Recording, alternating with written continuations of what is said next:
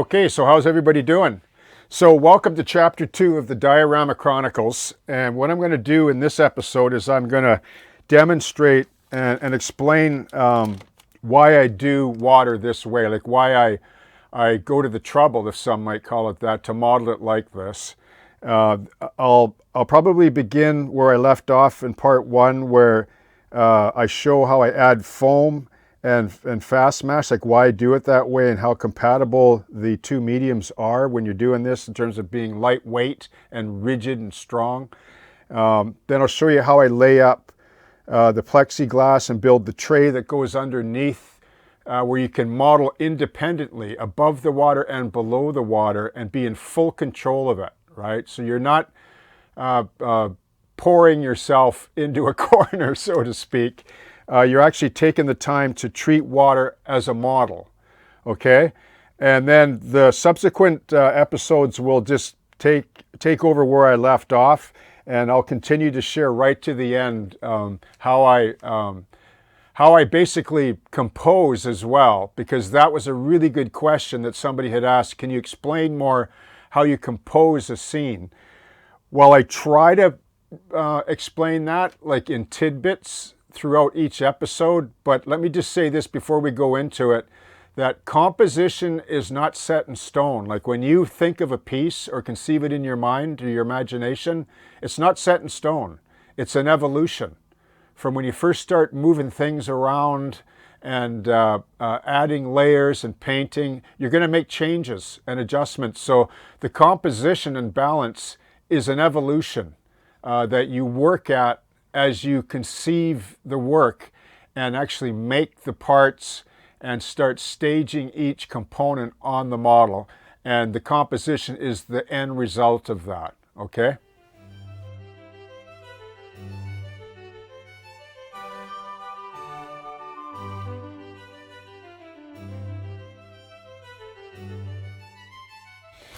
Okay, so there's a lot of talk about technique, right? And I get that, and everybody develops their own techniques through practice, but there's also, well, maybe not enough talk about how to use certain art supplies that are available. Like a lot of diorama builders, you know, they seem to get hooked on just the hobby line of things. Like they overlook the gold mine of art supplies. Like I don't know why that is. I guess I was exposed to the arts at a young age and was very innovative and always was looking for other mediums, you know, to combine and use. I mean, cell clay, that's what this is an age-old, fail-safe, I mean, it's beautiful stuff. It's been around for over 50 years. Cell clay, sculpt and mold, it's all really one and the same. It's just commercial paper mache, right? But like here, I've sculpted all this rock work, but the problem is if I don't seal it with something, it tends to want to render like soil. Because cell clay has a natural sort of soil texture. So I want to seal this up, but I want to maintain some of that texture, but I also want to introduce another texture. And I'm going to show you what I'm going to use here. It's called fine pumice gel. Pumice, however you want to pronounce it. Acrylic medium with fine gray texture. So this is another one of the Golden, and hashtag no sponsor. I'm not sponsored by Golden. I just share the products that I think are as good as they get when you're doing this kind of thing. And so you can use whatever you want, but I'm going to show you what I use. Because people ask, right, how do you do this, how do you do that? So I'm going to show you. You can see I've combined cell clay and foam. I'm going to put pumice gel on straight onto the foam and on the cell clay. It's all water-based, right? There's no odor, right? There's nothing. It's got a very gray, sort of sandy, like it looks like icing almost, but it leaves a beautiful, you can see on the back here, semi-transparent, so it shows opaque, and then transparent, and then it shows here matte, or what, right, it's on the matte side, and then it's in the round medium from thick to thin. And all the products that they have a really good line. I have them all, obviously, but tell you, you know, the characteristics here. And they all take paint well too, like, you know, like once they dry, and they dry fairly quickly, like not like a, you know, Vallejo or standard acrylic hobby paint, but and they'll last the test of time too, because they're rated extremely high with extremely high color fast compatibility with all the other gold and acrylic colors. So anyway, so I like to use a wet brush, keep my brush wet. All right, a little bit of water never hurts. You can mix water with this product, no problem. And so I stab it in and I spread it around really good, because I don't want to really mud over the fine texture. I want to seal it and introduce a sandy texture, which is what this is. And that way, when I go to paint it, like all your paint won't get sucked away and sponged away into Never Never Land. But if that's what you want, if that's what you're after, then that's okay too, right? But if you want a type of bedrock, stony kind of texture, the same for foam.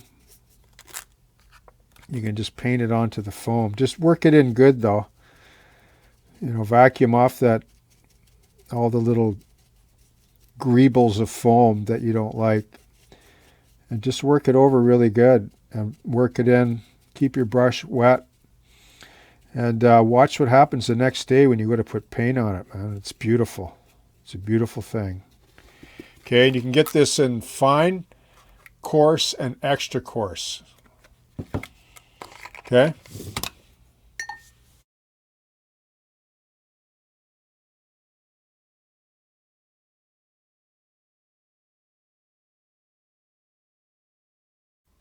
Okay, I just want to take a minute here just to quickly show you the difference between using acrylic and painting in water effects as opposed to just pouring, like, for example, epoxy resin.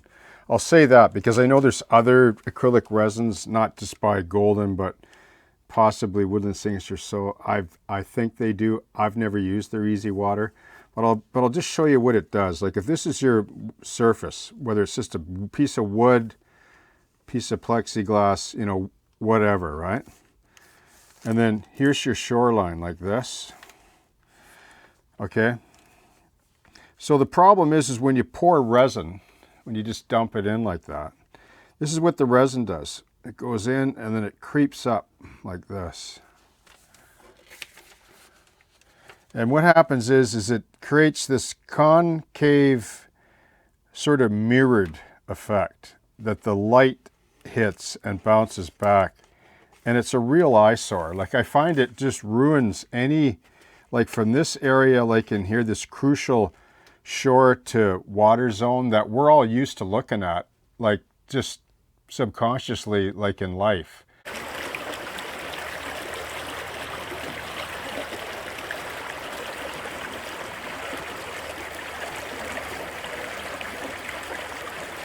It always takes away. Now, some people can hide it by hanging grass over or a tree, but if you got to do that all the way along the whole shoreline, that's a bit problematic, right?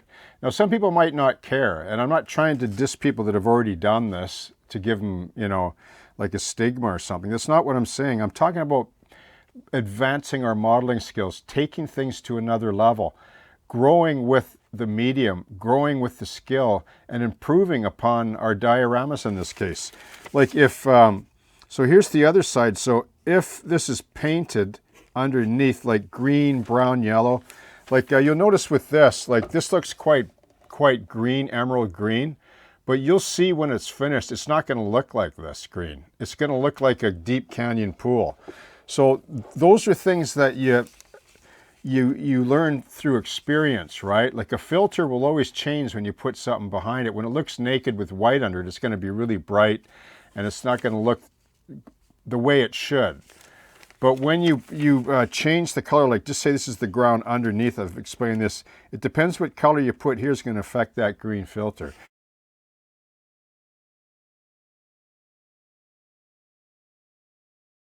Now, if you're not going to pour resin and your shore is like this, when you lay in any of the regular gloss, even the self-leveling, this is what happens.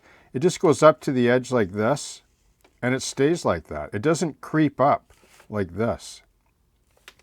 So you get the edge flat, let's say flat terrain, and then the gloss of the water. If you want to build up on here, you can, but it never looks like this. It never has that, like this, like it almost turns into this deep glassy mirror in the corner here, and it's really, really quite apparent. Like if you look at models like on social media, and if they let you see it long enough, you'll see what I mean, right?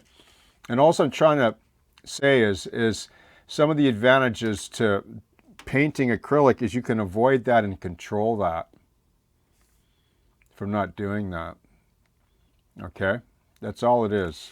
So it's just a matter of deciding how you want to do it. Like if you want to pour and fill this whole cavity full of expensive resin, well, that's up to you, then go ahead. But I'd rather spend the time to model it this way, and then I can always change anything under here at any time, color, details, whatever, because it's in a removable tray, right?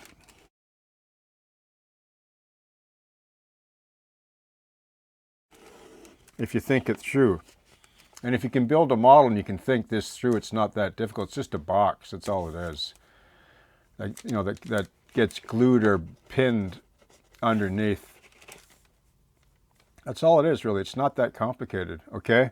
So you maintain way more control than if you just pour a layer, cross your fingers, go to bed, and wake up the next morning and hope all is well, right?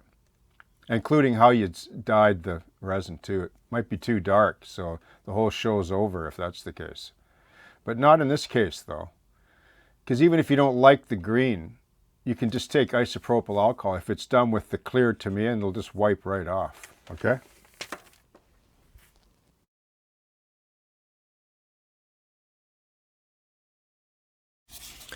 Okay, so you can see I'm working on the upper pool.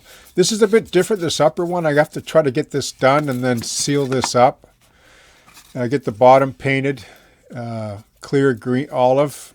I'll peel that away. This is almost done. I just painted this wall because you might see some of it when you're looking from this angle here. And then when this gets mounted in place and I peel this tape, it'll have that green shade underneath. And then this olive you'll see. So it'll look fairly dark anyway, but it'll still have a look of depth without pouring resin. I don't have to worry about resin creep either, or leaks or whatever, right? And I can also control details down in here, and they look crisper and they look more, I don't know what it is, it looks more, it just has a different look, okay? For a model, you can see it better. You can see the details better when you just have a thin layer of glass like this.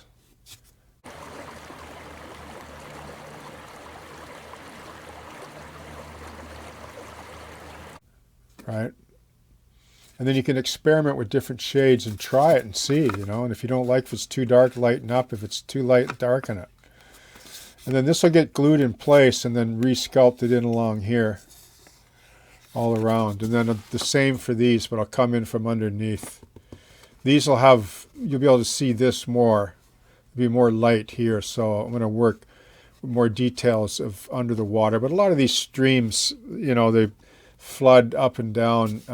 Not a lot of, like you get a lot of algae and stuff like that, and bare stones and stuff. You don't get a lot of weeds growing under the water, but, you know, it depends on the water course that you're building, right? Okay.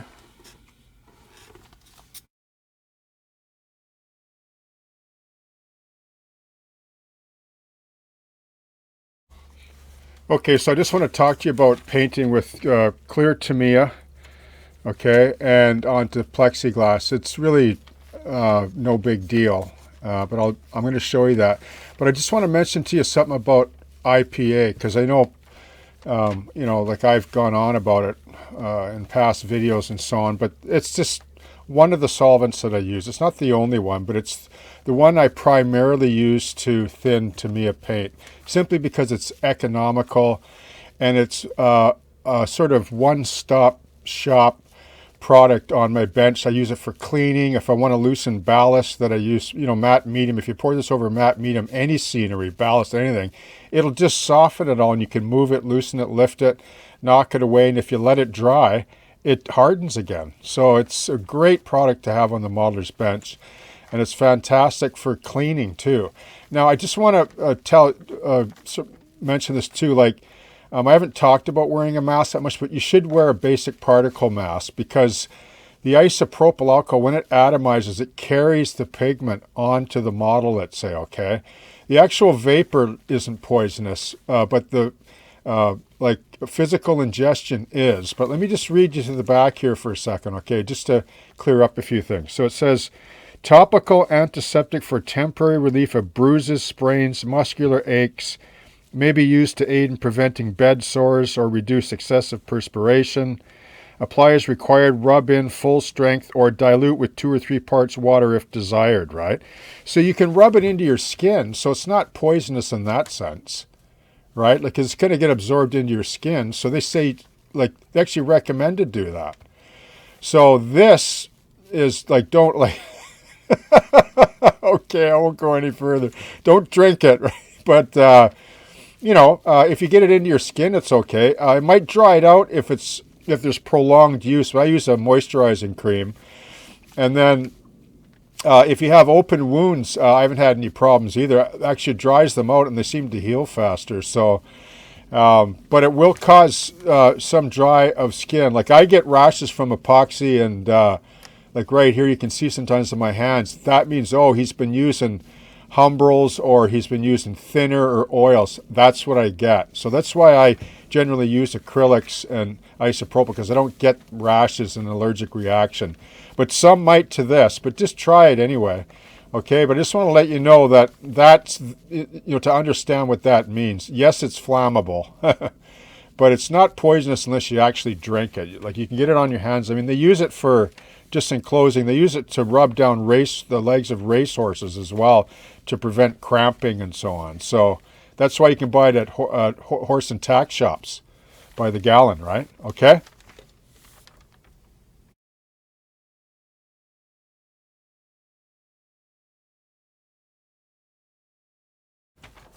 Okay, so what I'm going to do is I'm going to spray the inside of this, and so let me just point out, so this part doesn't matter because that's going on top of an area of the diorama that you won't see. This I taped off because this is all scored and I want to have a good glue surface for the back of the frame diorama.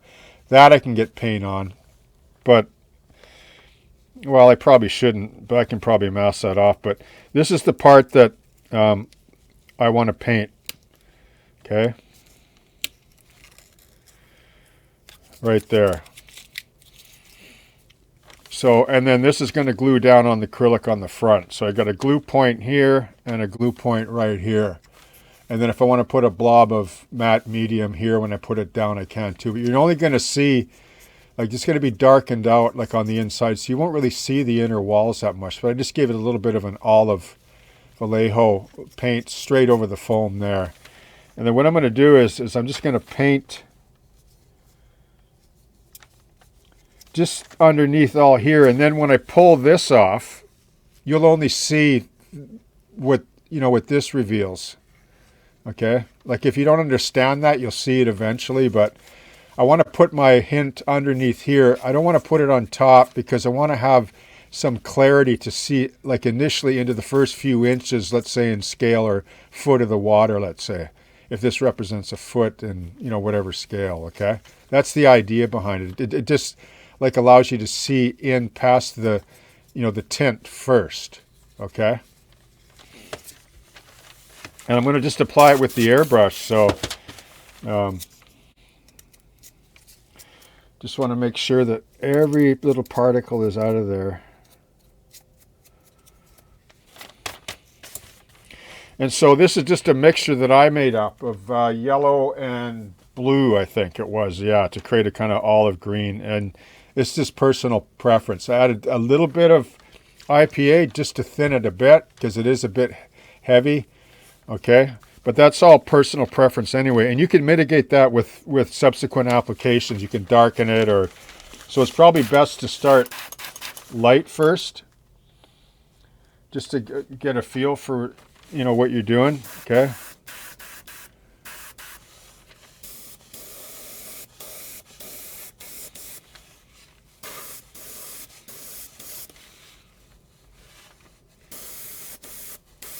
Of course, it won't show that much because it is clear. But I like to just put on a couple of coats first, like a tack coat, and then I'll lay it on fairly heavy because it is fairly thin. All right, and there will be an olive tint there through the clear that'll be most noticed when you see it from the top side and whatever reflects off the bottom of the diorama tray. I'll use that term tray because it's an actual tray underneath, right? Okay. So also, why not just pour resin and be done with it? Well, because resin, like the thicker it gets, the darker the tint will be. So you're creating an a clear airspace. So if you're interested in seeing details, fish on the bottom, etc., I find this technique works excellent because you still get the sense of a sort of an olive-colored stream or creek or river, but you can see into it, and you don't lose all those details. Like if you have stones and flowing reeds and fish that are already olive on their back anyway because of camouflage, etc. You'll see them much easier than if you just pour solid resin in and take the risk. Oh no, it's too dark. I ruined it. I lost the whole deal. This is a safer way of doing it, and almost guaranteed that you'll be able to see all your details under the surface of the water. Okay.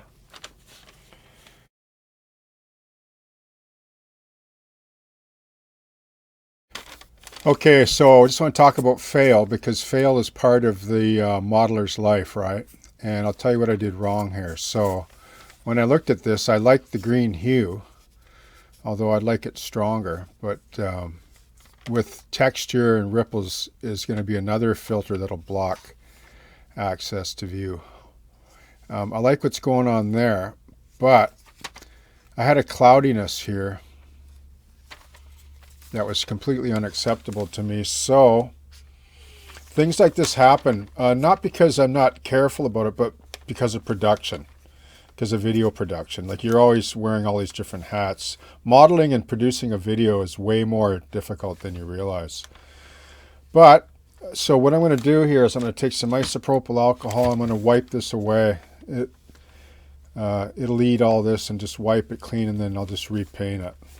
I should have done this after I peeled the tape off. The glue, the residue from the peel probably caused that. So, because it was like a glue and it just came off with my thumb. Like not on this part though. See?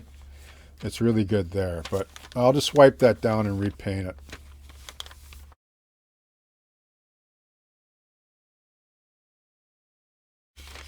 Okay, so there you go.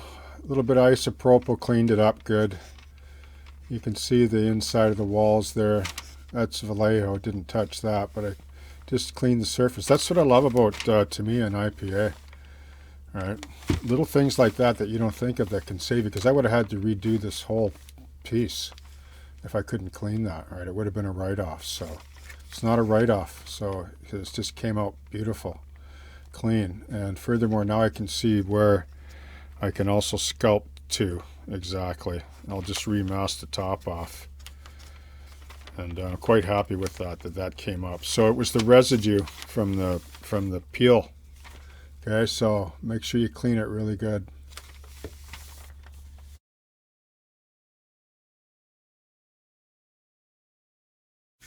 Okay, so here it is repainted, and I'm happy with the way it turned out. I had a little bit of a nervous moment because what'll happen is I try to use as less IPA as possible, but I've never had any bad reactions. I've shot it in the past on glass and plexi, and to me is pretty reliable. So I was able to clean it and repaint it, but what happened was the whole thing like it clouds up before it cures. It's like it happens over about 15 minutes, and it started to cloud, like this big bloom cloud. Went, oh no, please no, right? I was thinking already you'd have to clean it again. But you know what? Right before my very eyes, as I was holding it in my hand, it cleared. And I was like, oh my God, that's unreal. Okay, so I'm pretty happy with the way that turned out. So now what I'll do is I'll do some test runs and paint the bottom of the tray some colors that I want to see through. And then once again, the detail underneath, which you'll see further on, You can diffuse some of it with the texture, the surface texture too. Okay.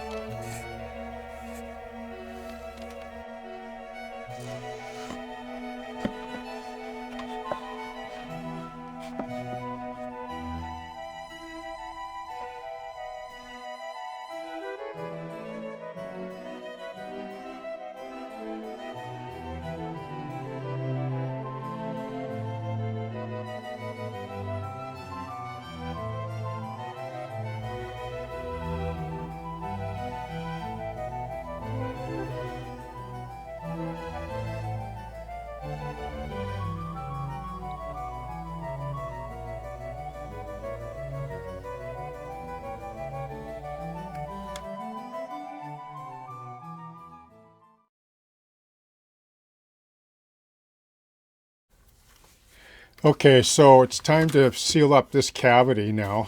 And the one thing that you want to make sure that there's no pinkies, no little pinkies that want to migrate in, because you know what'll happen? Here, I'll show you. Like you'll have a little pinky like, you know, like this, right? And it's on the sleeve of your shirt.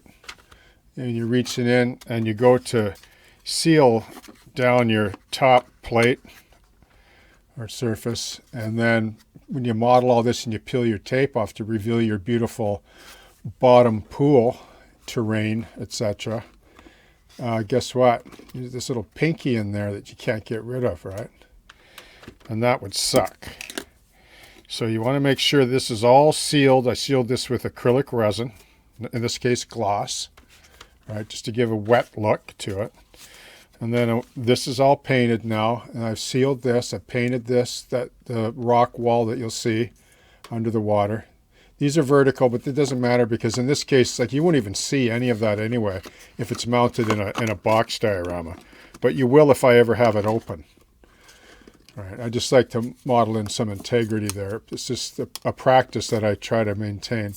So this is also sealed, and the foam is sealed too. You don't want any of this blue foam migrating in if you can help it. Then you can see that the matte medium, I sealed all this nice. See how that joins foam and plastic together nice? You know, it takes a little while to cure, but, you know, 2 or 3 days, but you get a really nice bond. Okay, so that's all clean and sealed. This is sealed with Tamiya gloss. And then I use Vallejo from the bottle. Right,